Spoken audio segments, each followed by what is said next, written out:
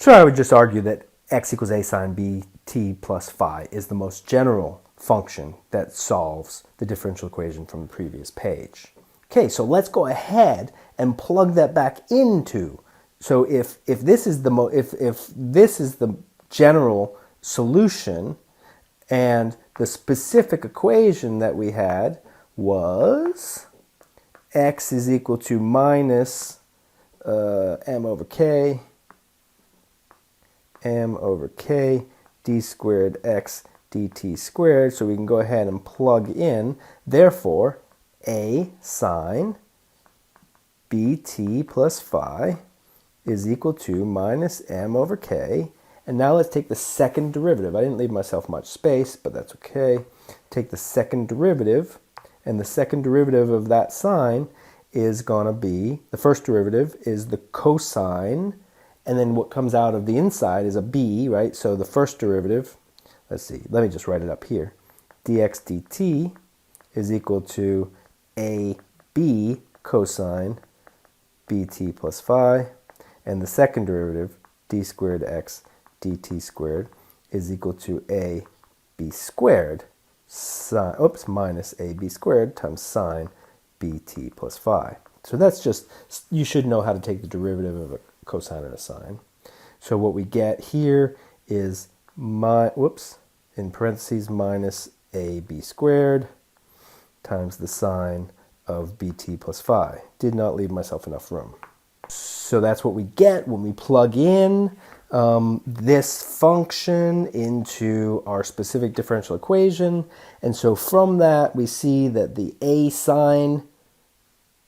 cancel, the sine function cancels, and so what we're left with is 1 equals m over k, the minuses cancel, times b squared. So therefore, if b equals the square root of k over m, therefore this in green, right, this is a good solution to the differential equation if b equals the square root of k over m, where a and phi are arbitrary constants that have nothing to do with the intrinsic properties of the mass and the spring. They have to do with our starting conditions, right? They have to do with so phi has to do with where did we start the mass and the spring in the cycle, and a has to do with the farthest that the mass can travel from the spring, which is about how much energy you put into it before you let it go, right? So these are set by initial conditions. This is set by the properties of the mass and the spring.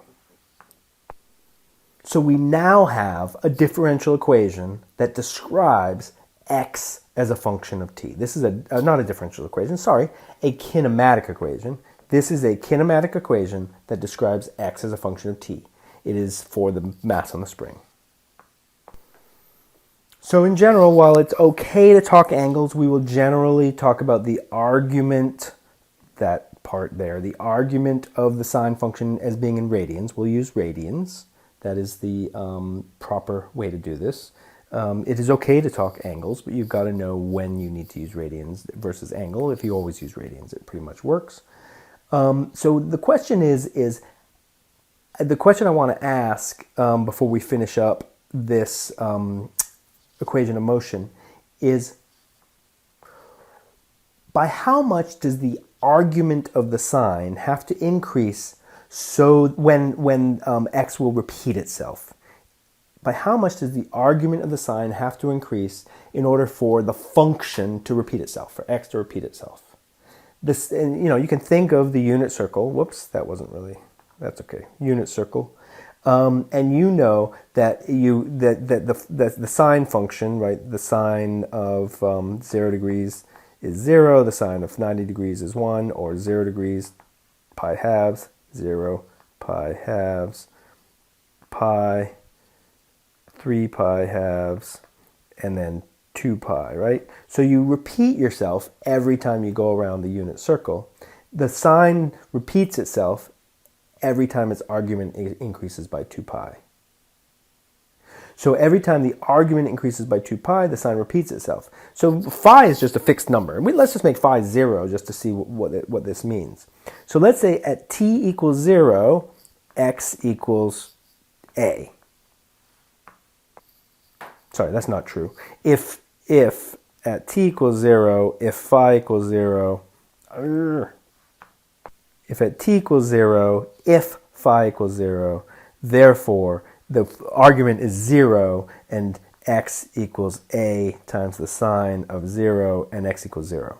Okay, so if we then increase the argument by 2 pi, right, the only thing that, if we let time go on is what I'm trying to say, let time go on, if the argument, now, if square root of k over m times t1, let's just call this t0 initial, t1 at some later time equals 2 pi, therefore, right, that's for the first time, x has now repeated itself. So x is equal to a sine of 2 pi, which equals 0. So I might have to repeat myself because I'm not sure how clear that was. But basically what I'm asking is after how much time, that's what I was trying to ask, is after how much time does this function repeat itself? It repeats itself when the argument increases by 2 pi, when the argument increases by 2 pi. And so the amount of time that has passed is what? The amount of time that has passed t1 must equal 2 pi times the square root of m over k. Right? So just solving for t1. That's how much time has passed. So that is actually the period, right? That's the period of a mass on a spring because t0 was 0. So delta t, the amount of time for one full cycle, is 2 pi square roots of m over k. So the period of a mass on a spring is 2 pi square roots of m over k. We've just shown that, whether that was obvious or not. We just proved that. So what's the frequency? Therefore, the frequency is equal to 1 over 2 pi square root of k over m. And what is the angular frequency? Therefore, the angular frequency, which is 2 pi f, is equal to what? It's equal to the square root of k over m. Do you see why we care about angular frequency here? Because that is what is right here, right? There's this constant here, which was b originally. B was actually angular frequency.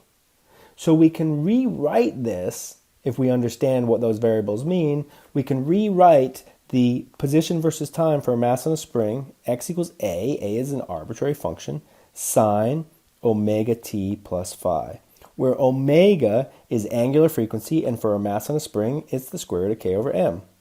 And phi is the phase factor, which is dependent on initial conditions, and a is the maximum displacement from equilibrium, which is also dependent on initial conditions, right?